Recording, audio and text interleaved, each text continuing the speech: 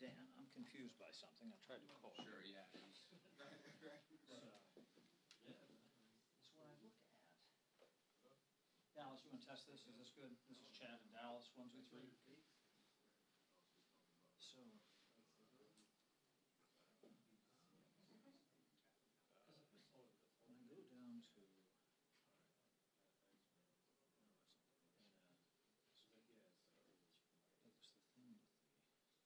The woman. what was your, what time did you see that? I think around 1:40. It was, no, it was the part with the bishop. Oh, Bishop. Is that his first name, or is he a bishop and then he has a first name and then that's his last name? I think his name is Bishop Robert. But isn't he a religious figure? He is. So he is he bishop? You see where I'm No, going? I see. We gotta identify, or is he reverend? He's Bishop. You know who a reverend? Bishop William Because I know people always call him Bishop Barber, but what is his first name? William. So Bishop William Barber. Yes. Okay, we need to make sure that we don't, I mean, we identify people who are religious figures. But his first name is, we need to clean that up. Thank you. Okay, so, what time did you send the whole email? What time did you send that? The one you said they were, what was it, violence or something? Yeah, that was at You had it. 1:13. So, but where's the highlight? So, but you said.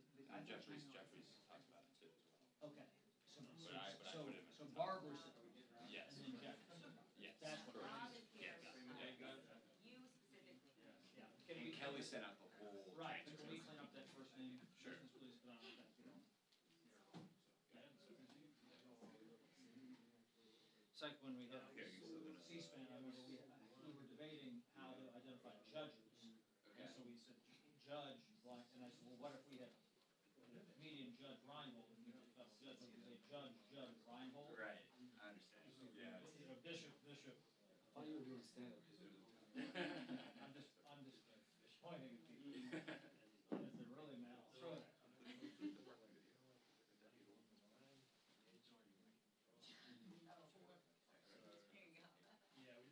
A friend of mine from high school, Kelly Curtis, married Curtis Philpott. That was her name, is Kelly Philpott. What was the other way around? It'd be Curtis. Kelly. Yeah. It's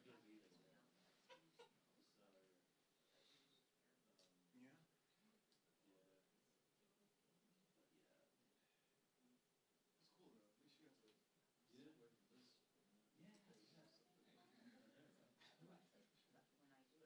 to sit away from this. When I do it,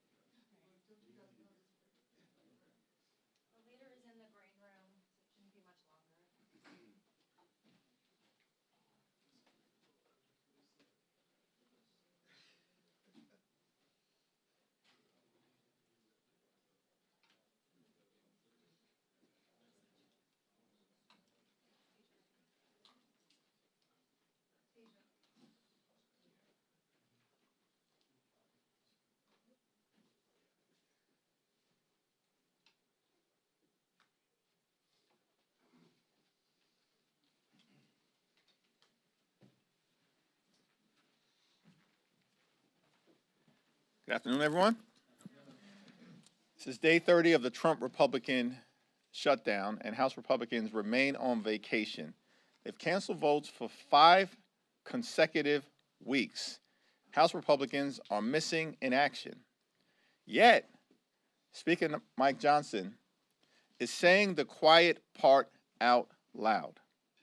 It's extraordinary that earlier today, Mike Johnson admitted that Republicans are willing to starve hungry children in this country and take away SNAP benefits starting on November 1st so they can pressure Democrats into gutting the health care of the American people.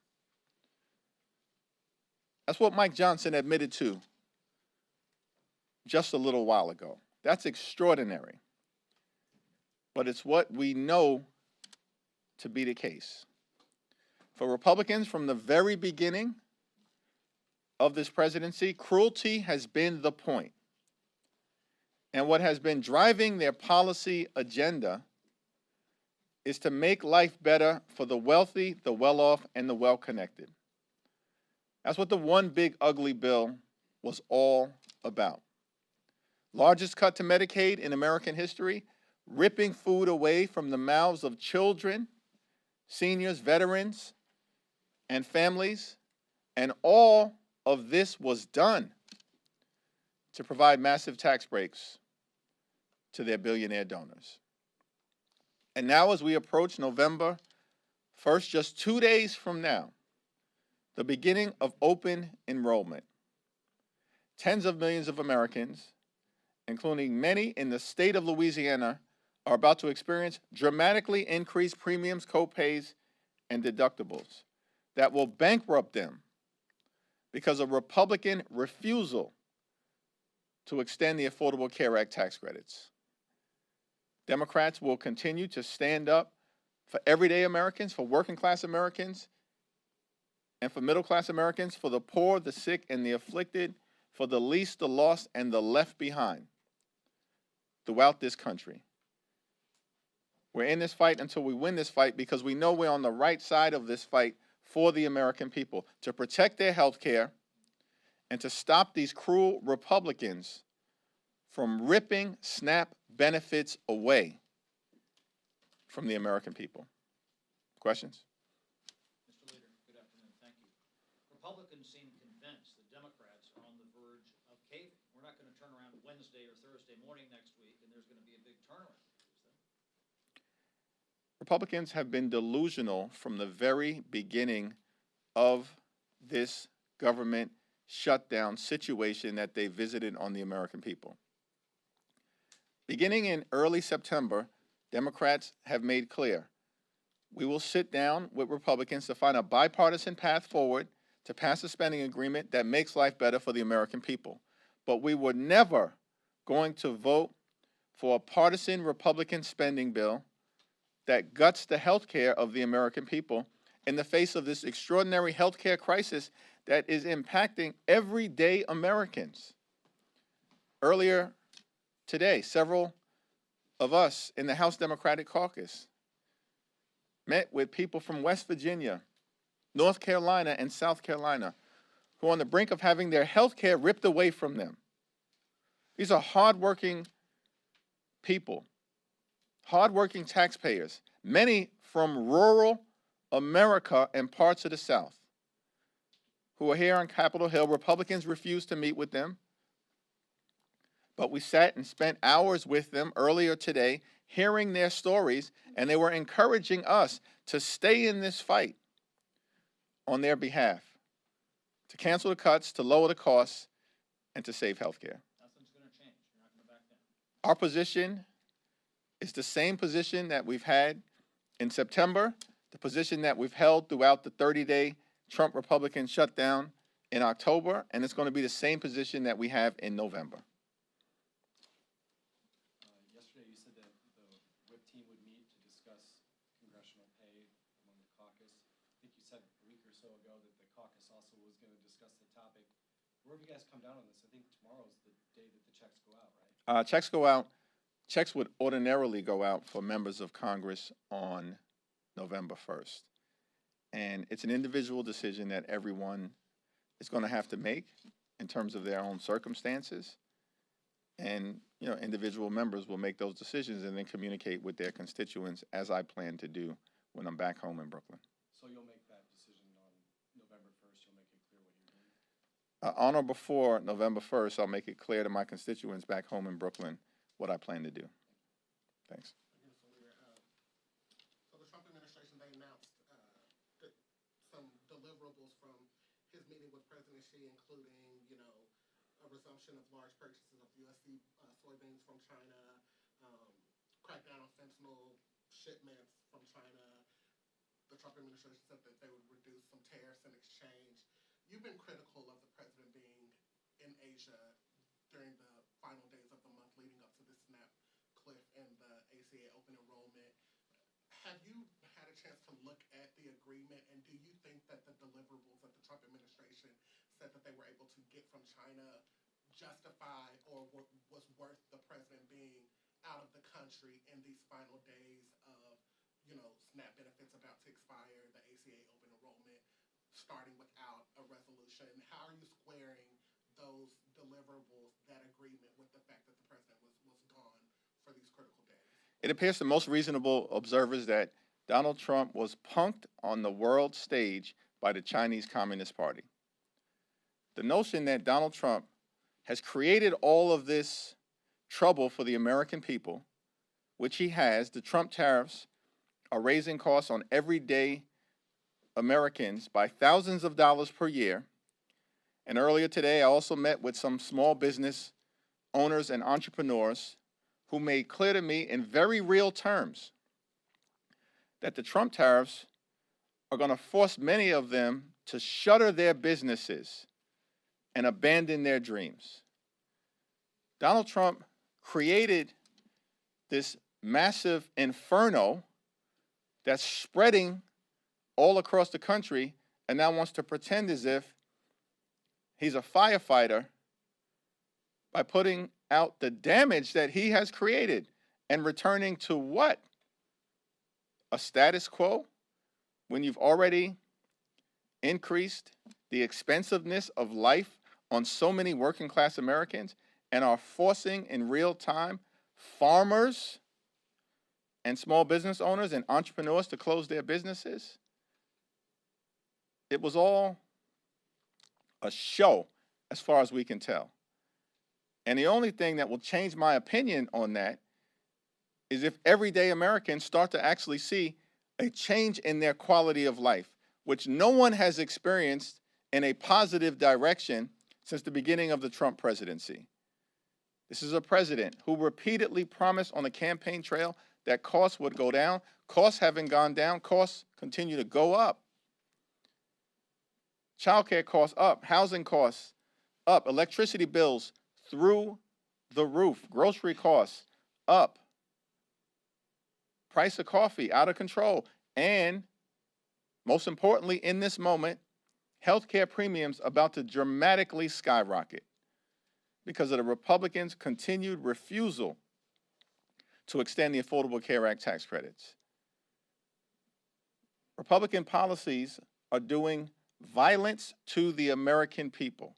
That's the message that we heard from clergy members who were here on Capitol Hill from all across the country, particularly in the Deep South, earlier today. Policy violence coming from Republicans attacking the health care and the nutritional benefits of the American people. Thanks. I wonder if we could get your reaction to the apparent redistricting deal that was struck in Ohio. Does this help your efforts to retake the House? I haven't had a chance to review it. Thank you, Mr. Leader. As of today, both Delta and United Airlines have called for Congress to pass a clean CR. Is it now incumbent on Democrats to pass this CR and get these air traffic controllers paid who are experiencing delays and airport closures, and that's impacting other Americans as well? Is it your suggestion that the partisan Republican spending bill that has now been voted down by the Senate 13 different times that guts the health care of the American people is a so-called clean continuing resolution? It is already a bipartisan CR, as it has some Democrats and independent that's voting for it, and it is an extension of those Biden funding levels, and we're just seeing these impacts gather and build up. There's been bipartisan opposition to the partisan Republican spending bill in both the House and in the Senate. And that bipartisan opposition in the Senate has continued 13 different times. Republicans hold press conferences every day, and you know what they do? They lie to the American people. These people are stone cold extremist liars, starting from the very top. And they haven't spoken a word of truth to the American people other than what Mike Johnson admitted today, which is that they want to rip away SNAP benefits from 42 million Americans so they can pressure Democrats to continue Republican policies that would gut the health care of the American people. No thanks. We're not going to do it. And so I appreciate people from throughout corporate America urging the Congress to pass a bipartisan spending agreement. Over the last 30 days, we've said the same thing over and over and over again. We'll sit down with Republicans anytime, any place, anywhere, in order to reopen the government and act a spending agreement that actually meets the needs of the American people. That's been our criteria from the very beginning. A spending agreement that is bipartisan and that makes life better for everyday Americans in terms of their health, public safety, and their economic well-being, which means driving down the high cost of living in the United States of America, which Donald Trump and Republicans have made worse. Life is more expensive, and the overwhelming majority of everyday Americans know that the country is moving in the wrong direction. That's also why we're going to see the American people reject extremist Republicans and their policies on Election Day next Tuesday. I'm sorry. First row, yeah. I'll get to you next. Thank you, Mr. Leader. First, have you seen any data on how the suspension of food assistance programs may affect different parts of the country? And if so, is that at all affecting your decision, your political calculus here? There is no political calculus for us. We are fighting this battle not for partisan reasons, but because we're trying to lift up the quality of life of the American people. And the American people understand that there's a Republican health care crisis. The American people understand that Republicans have ripped away Medicaid from 14 million people. The American people understand that Republicans enacted the largest cut to nutritional assistance in American history when they cut $186 billion from their one big ugly bill. And now Republicans have the nerve to admit before the American people that ripping away SNAP benefits from 16 million children in this country and more than 1 million veterans is a pressure tactic designed to get the Congress to continue to gut the health care of the American people. It's very interesting to me that amongst the top 5 states that will suffer from the Republican decision not to spend the emergency funds that Congress already allocated, because the Trump administration has the money to ensure that not a single person in America goes hungry. Congress already allocated that money. They're making an affirmative decision to rip SNAP benefits away from the American people as a pressure tactic. That's what Mike Johnson said earlier today, and we reject that. And Republicans are hurting their own people. Louisiana is a top 5 state that will be hurt as it relates to causing people throughout this country to go hungry. Your former colleague in the New York State Senate, I believe, Claudia Tenney, said earlier today that the strategy that you and Senate Minority Leader Chuck Schumer are implementing is part of an old Albany playbook or a corrupt Albany playbook. Do you just have any reaction to the claims of that strategy? Over the last 6 to 8 weeks, the Democratic position has been the same. Cancel the cuts, lower the cost, save health care. Drive down the high cost of living, fix our broken health care system, and clean up corruption. And Republicans They trot out a new conspiracy theorist each and every day. And now they've dusted one off from the state of New York. We haven't heard from her literally in years.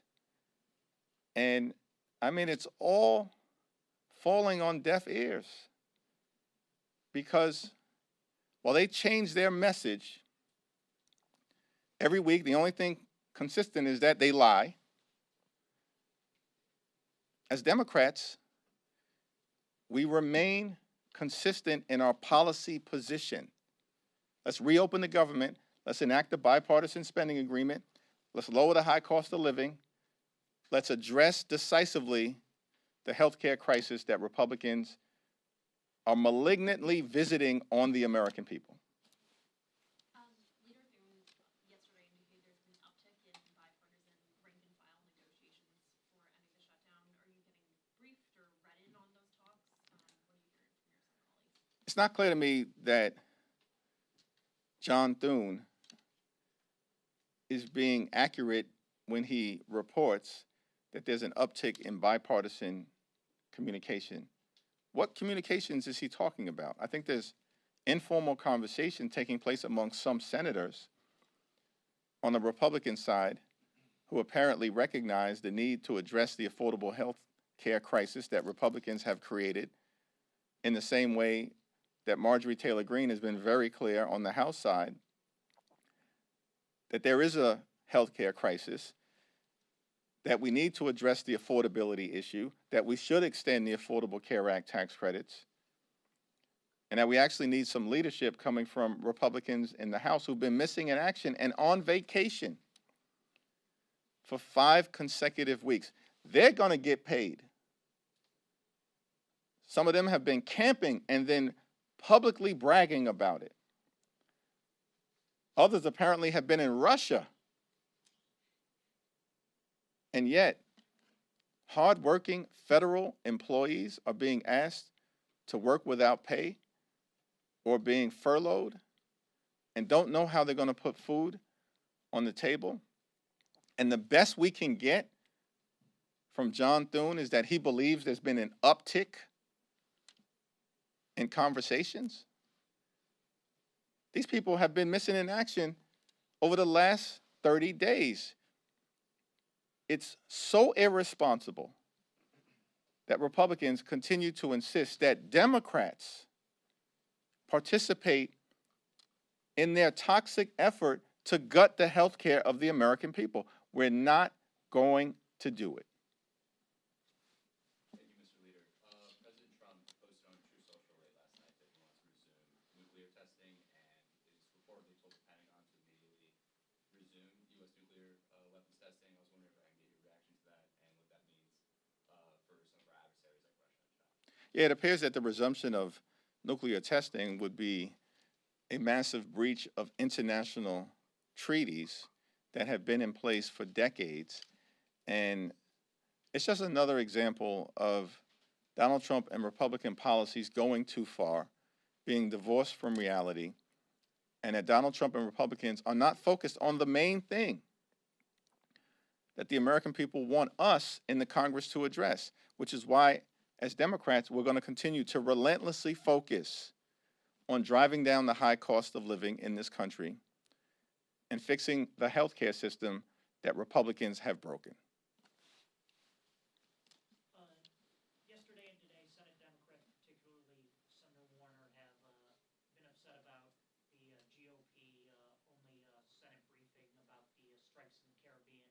You, as a member of the Gang of Eight, have you had any briefing or had any talks with Intel officials about it? No Intel talk has taken place, even amongst the Gang of Eight. And certainly no information has been presented from the Trump administration or the Intel community that provides any basis for the strikes that we've seen, anchored in the law or the Constitution, off the coast of South America. Do you believe there needs to be a briefing of the Gang of Eight? Yes. I wanted to ask, when was the last time you did speak to Delegate Eleanor Holmes Norton? And considering your recent police report that indicated she had dementia and needed a caretaker with power of attorney, do you think run for reelection? Yeah, I'm unaware of that particular report, and I haven't had a conversation with Delegate Holmes Norton in a few weeks. Thank you, everyone.